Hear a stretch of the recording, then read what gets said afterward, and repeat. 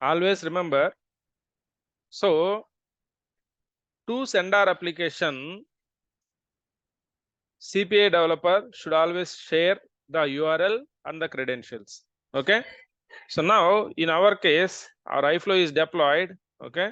So our iFlow is deployed. Where do you check the deployed iFlows? Where do you check the deployed iFlows? Anyone? Where do you check the iFlow is deployed or not? In monitor. Open the monitor. Yeah, you can Check check it. it here also. Here also you see it is deployed on April 3rd and runtime status is started. You want to see the endpoint details and extra. So you go to monitor. Yeah, in monitor where? Click on the integration and APIs. Yeah, I clicked on it. Message integration. Huh? Where do you check the iFlow? Message integration. Manage integration. Manage integration. It is not message integration. Manage integration content. So click on the started. So is this our iFlow? Get product detail. See Yes. here the endpoint generated. This is the endpoint. Okay. You have to use this. You have to give it to the sender application. Here we do not have a sender application, so we are using Postman as a sender application, right? So Postman as a sender application. Authorization is open authentication 2.0. Okay. So we need to configure token, client ID, client secret, which were already there. Okay. So now I need to give the body. Sorry, before giving the body, go to authorization. You need to get the token, right? So click on get new access token, proceed and use token. As soon as you use token, it should be added to the header. See here, header, see authorization. Okay, it is added. Now body. Body should contain what? Raw, which is a JSON format, right? So we said we have given this is the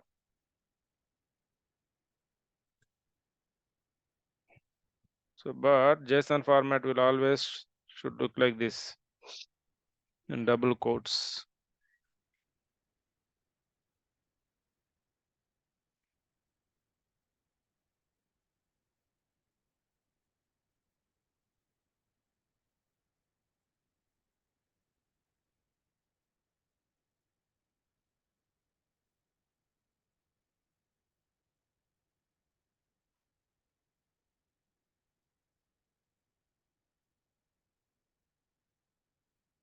Okay, if you click on beautify, it will be well formed. Okay, so this is the thing. Okay, let me send it. What happens?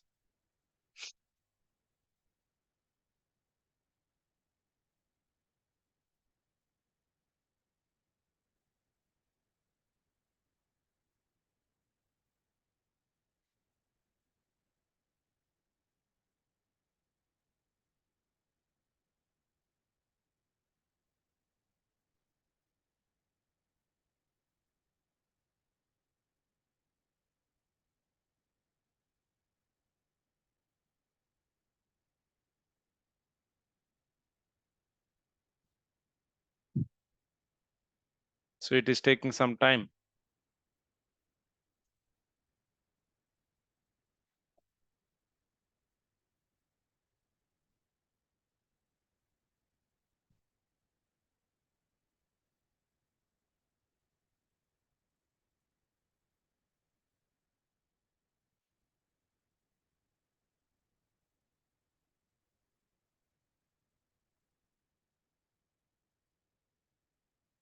What happened? An internal server occurred. Okay, something happened here. So whenever you receive an internal server occurred 500, right? That means in CPI, see the message processing log. MPL means the message processing log. Okay, so that means message failed in CPI. So you need to go to monitor and you need to check why message failed. See what happened? What? Remote port 586. What is this here? Connection timed out. You have given the address smtt.gmail.com:587. 587, sir. 587 only, right? I gave? No, No, it's No, 586. 586. I gave Okay. 586. Then why nobody corrected me here? Why nobody corrected me? That means you also forgot and thought, okay, Praveen remembers correct. Okay. Huh? I gave it intentionally. Yeah. You did not catch. Huh? Okay, let's do it again.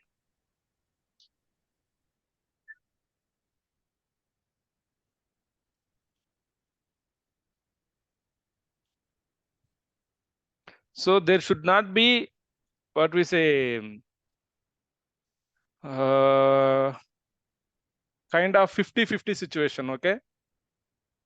So 587, it should be 587. So he gave 586. That is 100% wrong.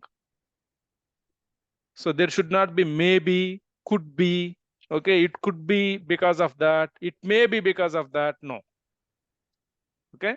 So when something failed, you have to be more specific towards the error. So now is it deployed 950, right? It is deployed. Let me trigger it again.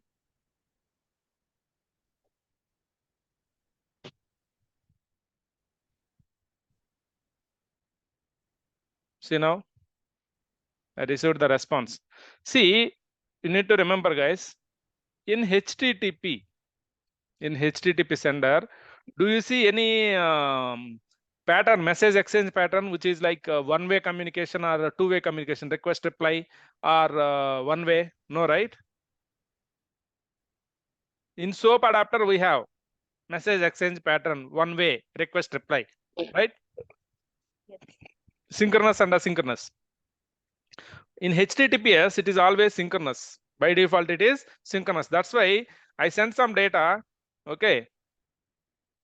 It went to this particular receiver and the same is sent to the mail adapter. Okay. So whatever the data which reaches the end message step, right? This goes to mail adapter as well as the same data will be returned to the sender application when you use HTTPS as a sender. That's why you see I have received the data here. Okay. So, but if you notice here, what is the product ID I want? 1, 2, 3, 4. But here, what is the response I got? So there is products. See, this is the product ID. Product ID 1 I got.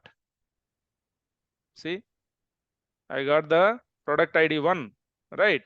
Next, one more product ID 2. Next, one more product ID 3. Oh my God, 4, 5. So many products I got here. That means indirectly within the system, how many products are there? All those products I received. So why I have received all this? Anybody?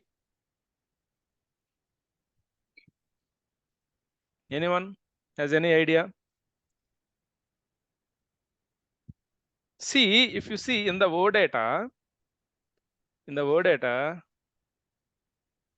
see processing here, if you put some general common sense, see here, we connected to resource called products and we are selecting these fields under products. Anywhere did we mention the product ID is 1, 2, 3, 4? Did we mention? No. No, right? No. So this kind of configuration will retrieve all the details under the products.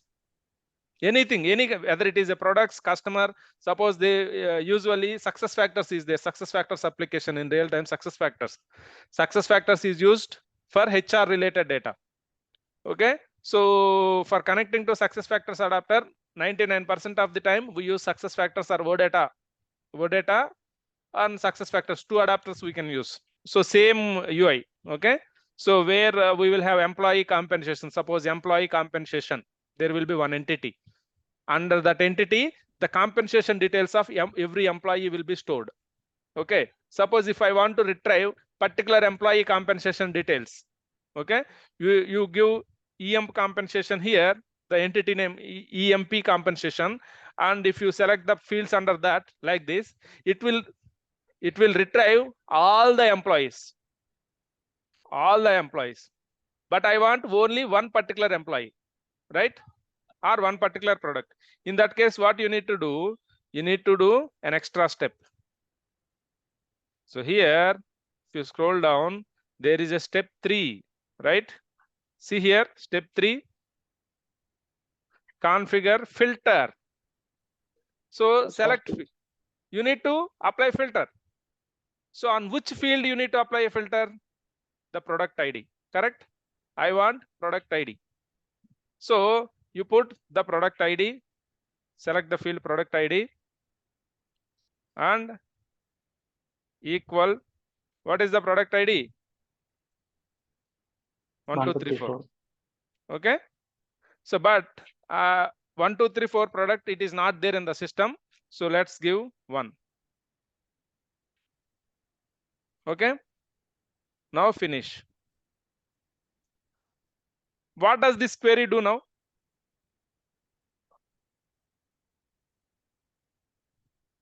It retrieves product ID 1, the details of product ID, which is 1, right? Am I correct or not? Yes, yes. Okay. So, but suppose if I send it here 2, I mean to say we have, it is hard coded as 1 here, right? It is hard coded as 1, right?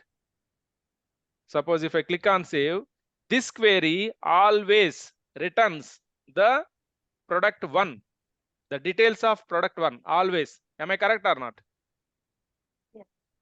There is no link between the source and this query. Am I correct? It is always 1. But the requirement here is whatever I send from here, source application, that product ID, if I send 1 here, it should return 1. If I send 2, it should return 2. If I send 3, it should return 3. So what should we do for that case?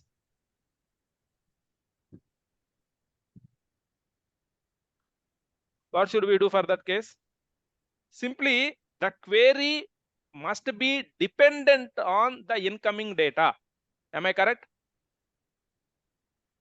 So Yes. dependent on incoming data. That means first we have to read the incoming data.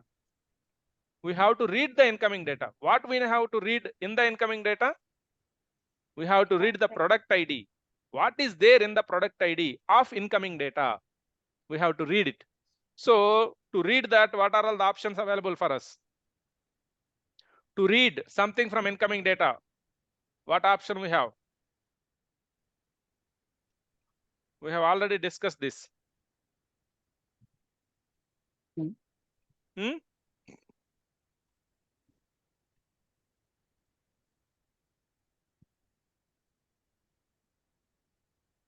There is content modifier.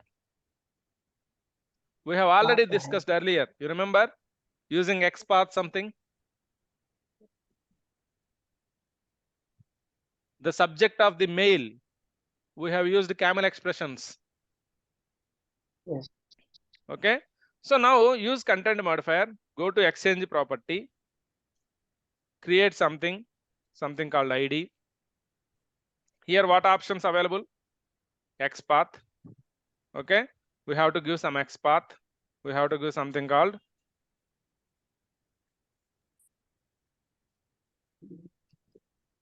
which format we are sending here? JSON format. JSON format. See, we do not have any option available in CPI to read JSON format directly. Means to read the content within, suppose I want to read the company code value. So directly from JSON you cannot read. But there is an option for us to read from XML. If the incoming data is XML format, then we can read the data using XPath option. But here I am getting JSON. What should we do? What should we do? You need to convert JSON to XML. Yeah, convert to JSON to XML. Use the converter, JSON to XML.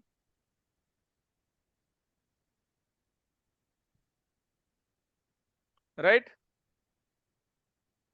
So this one remove and add a root element. Okay, root. Okay. Got it? So now what happens? Suppose you give the input here. See, for simulation, how the output looks like. So here you give the input.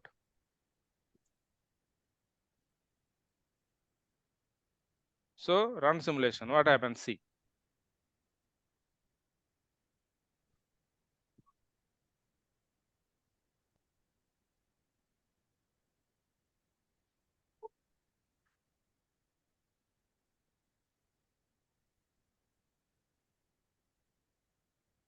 Right? See here now.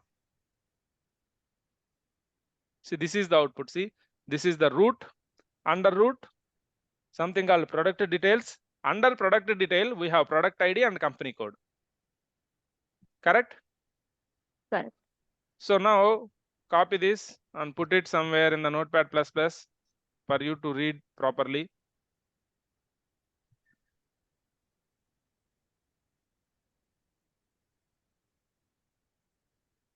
See?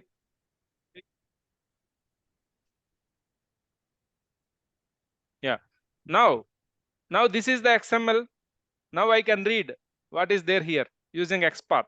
So what is the XPath for product ID? 2. What is the XPath? I'm asking XPath, not value. Okay. Root/product details/product ID. Yeah, root / product detail / product ID. Instead, you can also give XPath like this.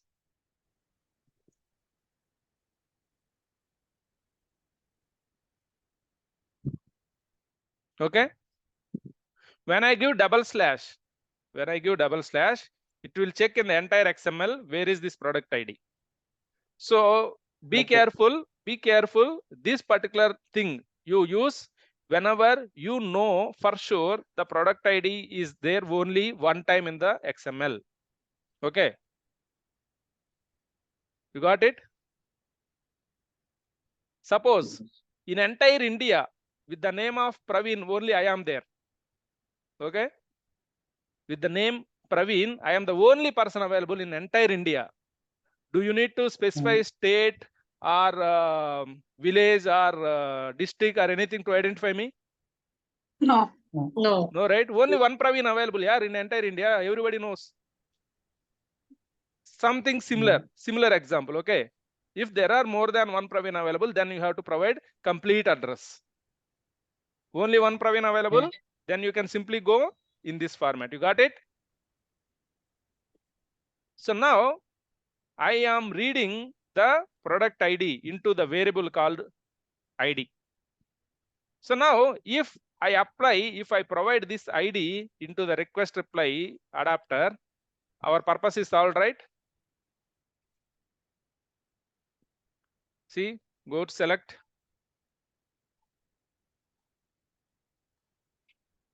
So here, instead of one,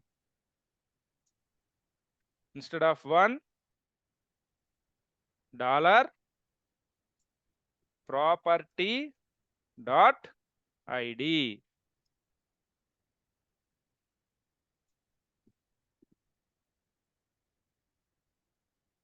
Got it, guys? Finish. See now, product ID is nothing but this camel expression. What is this camel expression? This camel expression is nothing but it is reading the data from incoming data. So that means whatever the incoming data, if it has product ID 2, this will be 2. If product ID 1, it will be 1. Okay. So that means whatever you are passing here, you should receive the data for that product ID. So let's see. Save. Deploy.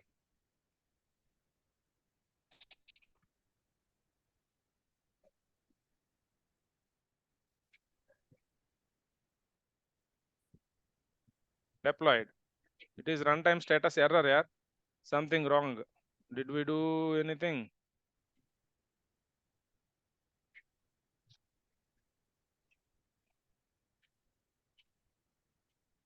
Runtime status is error.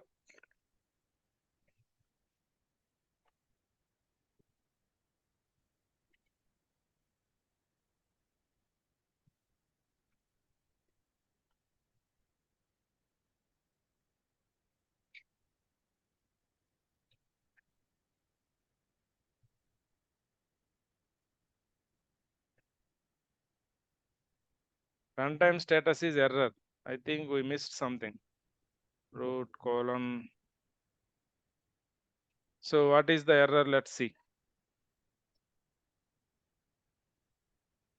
Go to integration content. See, it went to error state. Why it went to error state?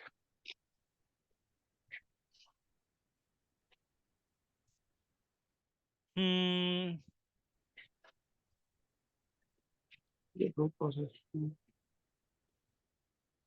See, java.lang.string. I have given incorrect. Okay.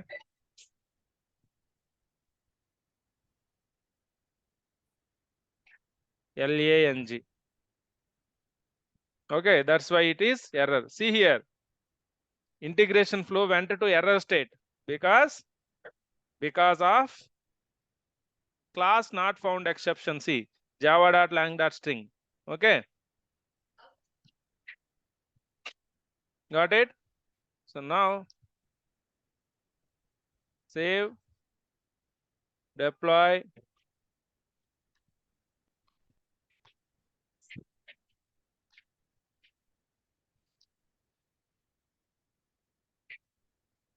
Runtime. Now it is started. Okay.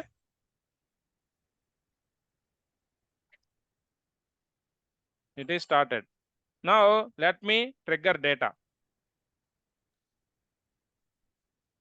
See, let's see, I would receive whether product detail 2 or not. See, I have only received one product with product ID 2. Am I right? So I will put now, instead of product ID 2,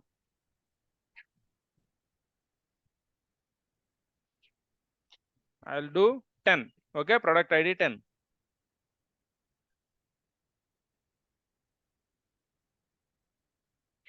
See, product ID 10.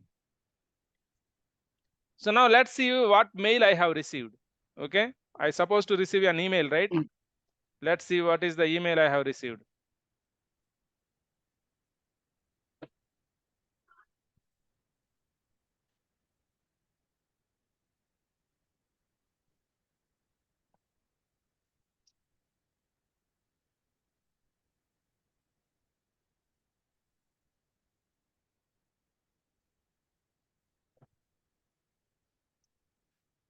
Let's see what is the email I have received.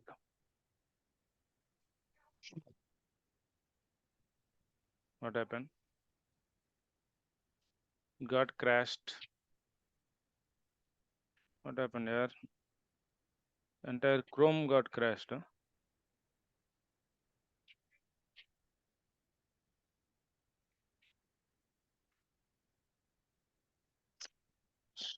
Chrome got crashed. Sorry. Okay, so I don't know.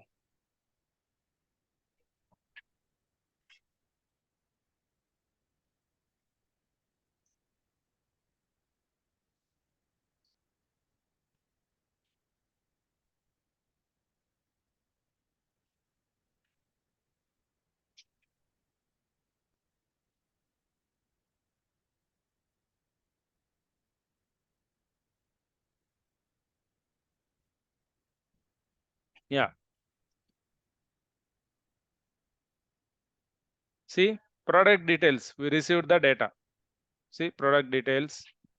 You received product detail, product ID 10. Right? Subject, you see, it is always product details. So earlier I received the product details, which is product ID 2. Still the subject is same. I want product ID in the subject also. I want the product ID in the subject also. What should I do? I want the product ID in the subject line also. What should I do? Tell me.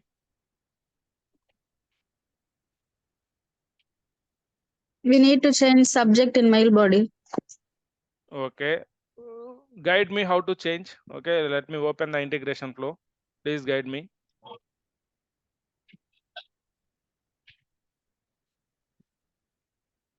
Yeah, what should I change the mail subject to?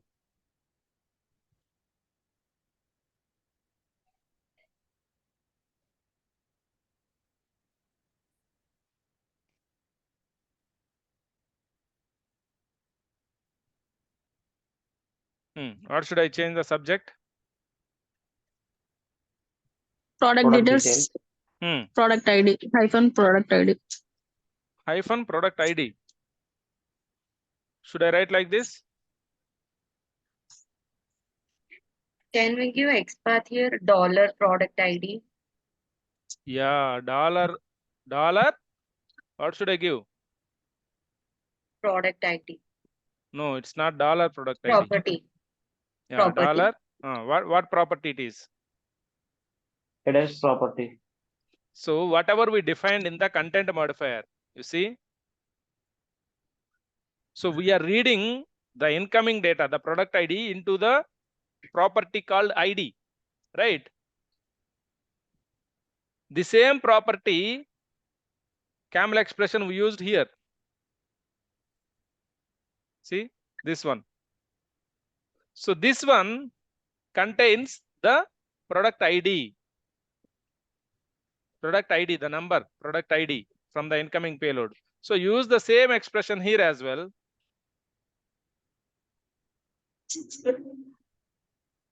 Okay. Then what will happen from sender, from source, or from postman? Whatever the product ID you will send, right? That number it will come here. Got it? So this is the beauty of camel expressions, guys. Camel expressions. So we use content modifier. You understood the case, right? What we did today? We got some data from source application.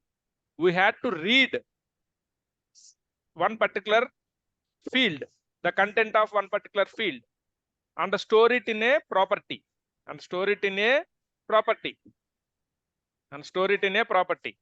So that property we can reuse it any number of places, any number of times. We used it once here, we used it here. If 100 blocks are there, in every block we can reuse it. Okay, let me show you one more time. Okay, sorry.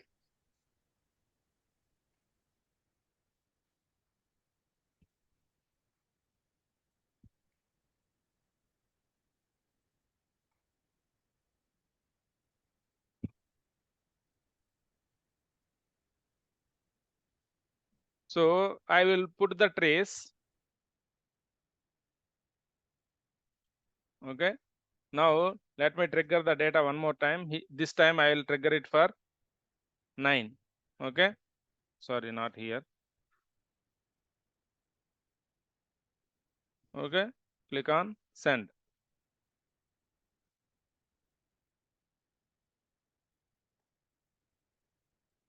See, I received the product ID, details of product 9. Okay.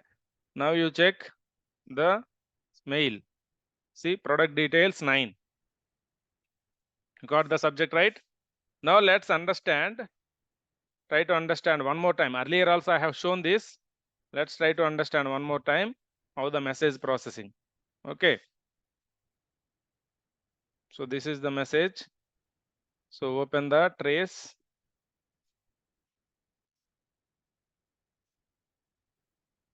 So here if you see, okay, here if you see,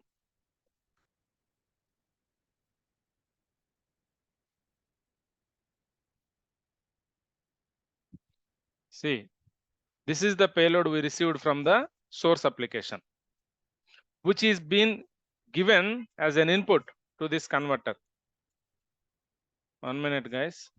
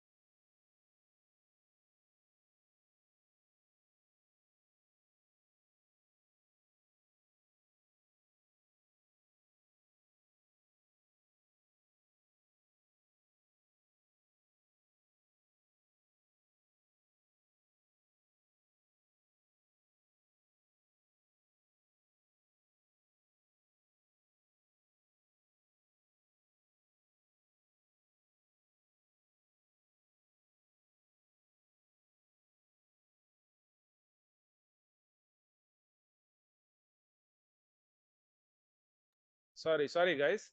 So this is the input given to JSON to XML converter. Okay, the output of JSON to XML converter will be seen in the next step. See, this is the output. So the output of content modifier, you can see here, the output of content modifier, you see in the properties, there is a new property called ID. See, from here onwards, at every step you see this property will be there.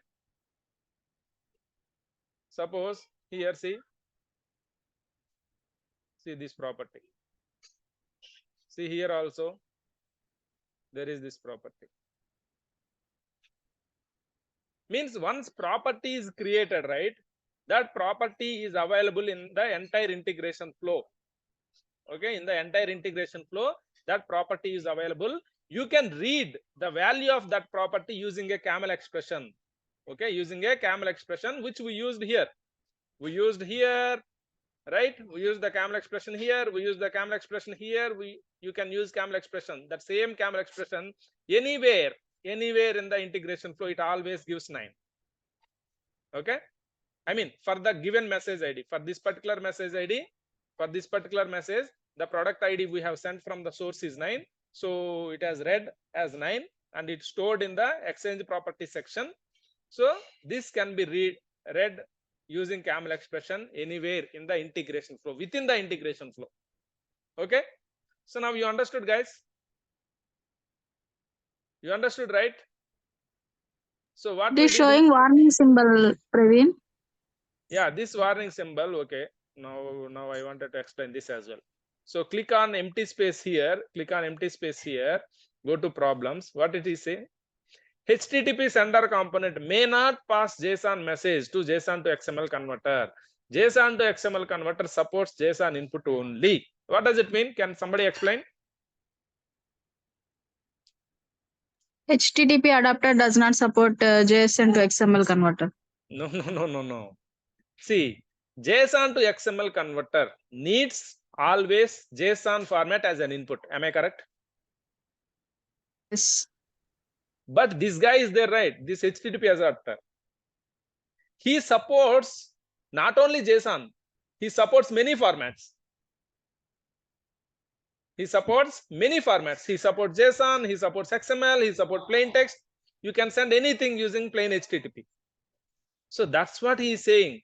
HTTP sender component may not pass JSON, means not only JSON message. It may pass XML also, it may pass text also, it may pass anything.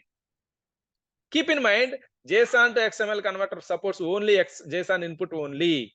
You got it? It is just a warning. In our iFlow, anyway, we are passing only JSON input, right? We are passing JSON only, right, from source application. So Yes. we can ignore this warning. You got it? Yes, Praveen. Yeah. Thank you. So any questions, anyone? So let's recap what we did.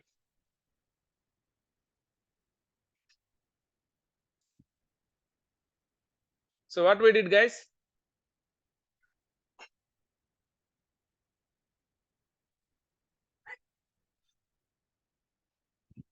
What we did?